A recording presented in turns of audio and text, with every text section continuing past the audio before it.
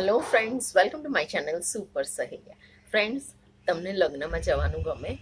મને તો બહુ જ ગમે, બહુ જ એટલે બહુ જ ગમે. ભલે ને મને ઓળખતું ના હોય, એના પણ લગ્નમાં જવાનું હોય તો મને બહુ ગમે. અહીંયા હું સાઉથમાં રહું છું, તો અહીંયા લગ્નમાં બોલાવે તેમને રીત રિવાજ બધું જોવાની મને ખૂબ મજા આવે. સાથે સાથે હું ફૂડ પણ બહુ એન્જોય કરું, કારણ કે જુદા જુદા લગ્નમાં જુદું જુદું ફૂડ હોય, કંઈક વેરાયટી આપણને ખાવા મળે, કંઈક નવું શીખવા મળે. ફ્રેન્ડ્સ, તો એવી જ રીતે હું હમણાં અમદાવાદ લગ્નમાં ગઈ હતી. ત્યાં મને એક નવી જાતના મેથીના ગોટાની રેસીપી શીખવા મળી, અને એટલા સરસ ગોટા લાગે છે વિથ ટેંગી ફ્લેવર. તો હું તો સીધી રસોડામાં પહોંચી ગઈ, અને જે રસોયા હતા એમને પૂછ્યું કે ભૈયા કેસે બનાતે હો. તો એમણે મને આખો પ્રોસિજર સમજાવ્યો. તો એ રીતે મેં આજે એ બનાવવાનો ટ્રાય કર્યો છે. એકદમ સરસ નવો ફ્લેવર છે. તો આવો મારી સાથે મારા કિચનમાં આપણે નવી જ રીતે મેથીના ગોટા બનાવીએ. શિયાળામાં ખાવાનું ભૂલશો નહીં, ચૂકશો નહીં, ખાઈ લેજો. તો ચાલો રેસીપી શરૂ કરીએ.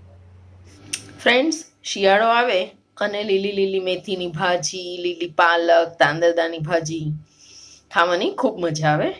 એકદમ ફ્રેશ મળે અને એકદમ લીલી છમ મળે. ફ્રેન્ડ્સ, આપણે મેથીની ભાજીની ઘણી બધી આઈટમ બનાવતા હોઈએ છીએ. ઢેબરા છે, થેપલા છે, વડા છે, મેથીના ગોટા છે. તો ફ્રેન્ડ્સ, આજે હું પણ એક એવી જ આઈટમ બનાવવા જઈ રહી છું, પણ વિથ અ ટ્વિસ્ટ. તો ચાલો એને ક્લીન કરું. તો ફ્રેન્ડ્સ, મેથીની ભાજી મેં સરસ ક્લીન કરી લીધી છે. તો આજે આપણે બનાવવા જઈ રહ્યા છીએ મેથીની ભાજીના ટેંગી ગોટા. હા ફ્રેન્ડ્સ, આપણે એમાં આજે ટેંગી બનાવવા માટે ઓરેન્જનો ઉપયોગ કરવાના છે. તો આ મેં એક નાની જોડી મેથીની ભાજી લીધી છે, એક સંતરું લીધું છે, એક વાડકી બેસન છે. આ મેં લીધા છે 2 બિસ્કિટ ઓરેન્જ ફ્લેવરના, કે આનાથી એકદમ ટેંગી ટેસ્ટ ના આવે તો આપણે આ 2 બિસ્કિટ એડ કરી દઈશું, તો એનો ટેસ્ટ ખૂબ જ સરસ આવશે. તમે કોઈ પણ કંપનીમાં લઈ શકો છો. મેં લીધા છે આ મેરીના લાઇટ ઓરેન્જ ફ્લેવરના બિસ્કિટ્સ. હિંગ, અજમો, 1 ચમચી ઝીણી સોજી લીધી છે, 1 વાડકી બેસન છે એટલે 1 ચમચી સોજી લીધી છે. લીલા મરચાં સ્વાદ પ્રમાણે, લાલ મરચાંનો બિલકુલ આપણે ઉપયોગ નથી કરવાના. મીઠું અને હળદર. તો ચાલો મેથીની ભાજીને સૌપ્રથમ હવે હું ધોઈ નાખું ને ઝીણી ઝીણી કટ કરું. સંતરાની પણ ચીરીઓ કાઢું અને એમાંથી પલ્પ નીકાળી લઉં. તો સંતરાને આપણે છોલી લઈએ. ફ્રેન્ડ્સ, અહીંયા 2 ટાઈપના સંતરા મળે છે. આ નાગપુરી છે અને બીજા કુર્ગના મળે છે. કુર્ગની સાઈઝ નાની હોય છે. ફ્રેન્ડ્સ, સંતરું ખૂબ સરસ નીકળ્યું છે. તો આપણે એમાંથી બધી ચીરીઓ છૂટી પાડી અને ચપ્પુનો ઉપયોગ કરીને આપણે એમાંથી પલ્પ કાઢી લઈશું. ફ્રેન્ડ્સ, પલ્પ કાઢવો ખૂબ જરૂરી છે. થોડો જ્યુસ થઈ જશે તો પણ વાંધો નહીં, પણ બને ત્યાં સુધી આપણે પલ્પ કાઢવાનો છે આ રીતે. તો બધો જ પલ્પ મેં કાઢીને રેડી કરી લીધો છે. તો ચાલો હવે આપણે આગળનું પ્રોસિજર જોઈએ. તો ફ્રેન્ડ્સ, તમે જોઈ શકો છો ઓરેન્જનો આપણે પલ્પ કાઢીને રેડી કર્યો છે. મેથીની ભાજી સરસ ધોઈને નાની નાની કટ કરી લીધી છે. તો રેસીપીને શરૂ કરતાં પહેલાં આપણે બિસ્કિટ અને આ જે ઓરેન્જના પલ્પ્સ છે એ બેનું મિક્સી કરીશું. તેમાં આપણે અડધા જ ઓરેન્જના પલ્પ્સ લઈશું ને અડધાને આપણે એમાં જ રાખીશું, અને બિસ્કિટ સાથેનો મિક્સ કરીને પેસ્ટ બનાવી લઈશું. તો આ મિક્સીના બાઉલમાં 2 બિસ્કિટ આપણે એડ કરીશું, એને થોડા બ્રેક કરી દઈશું અને અડધો પલ્પ એડ કરીશું, અને આ બેનું હવે મિક્સ કરીને પેસ્ટ જ બની જશે. પેસ્ટ બનાવી લઈશું. તો ફ્રેન્ડ્સ, તમે જોઈ શકો છો આ રીતે પેસ્ટ રેડી થઈ ગઈ છે.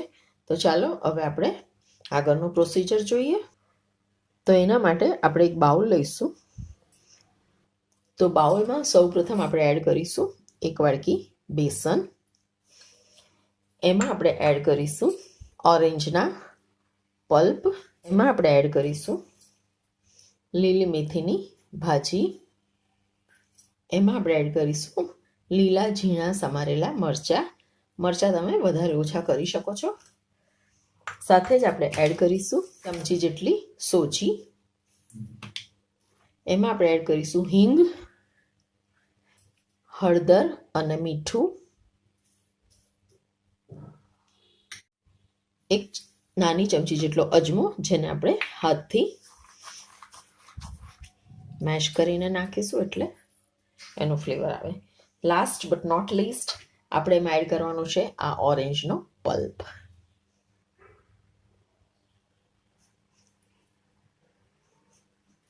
આ બધું ક્લીન કરીને એમાં એડ કરી દઈએ. તો બધું સરસ આપણે પહેલાં મિક્સ કરી લઈશું.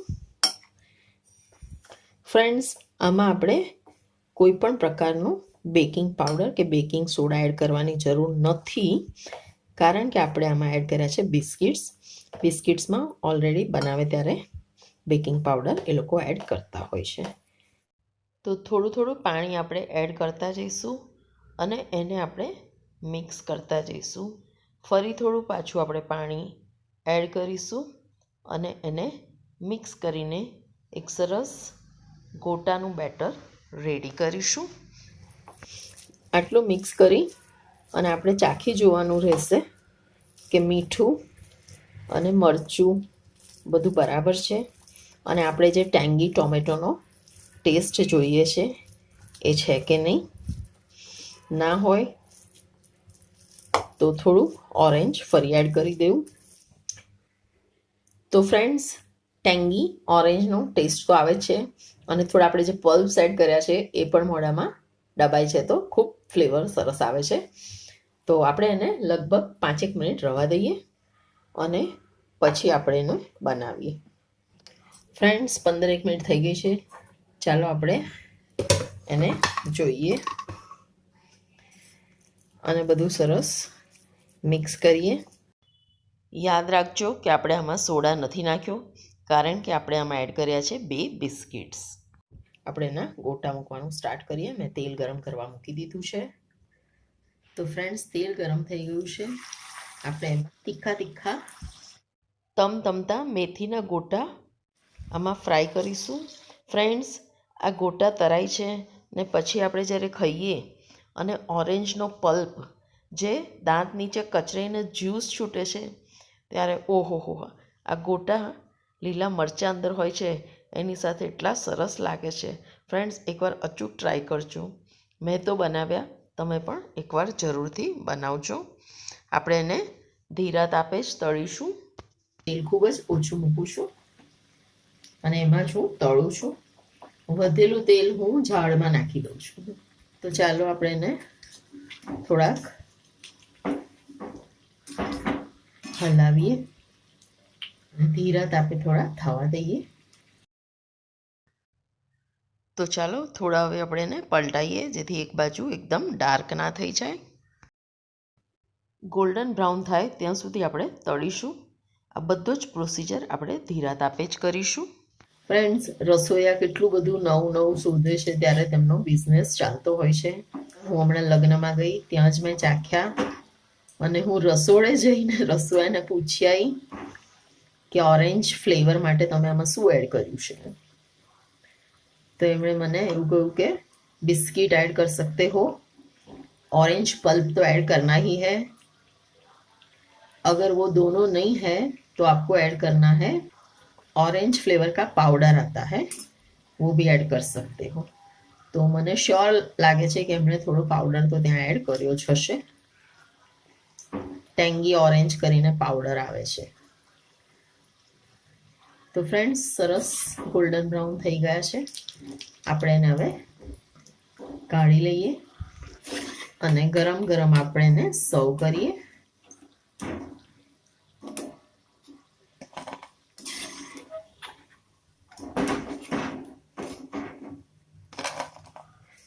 તો આપણે એને સર્વ કરીશું ગરમ ગરમ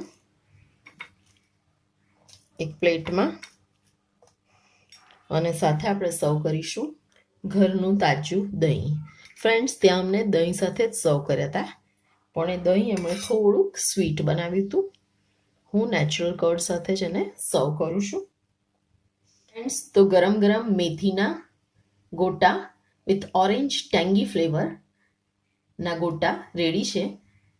જો તમને આ રેસીપી ગમી હોય તો એકવાર ચોક્કસ ટ્રાય કરજો અને કમેન્ટ બોક્સમાં લખજો કે તમે ઘરે બનાવ્યા તો કેવા બન્યા હતા. Thank you friends, keep watching super સહેલિયા. ફરી એક નવી વિડીયોમાં નવી રેસીપી સાથે નવી સહેલી સાથે મળીશું. Till then, good by.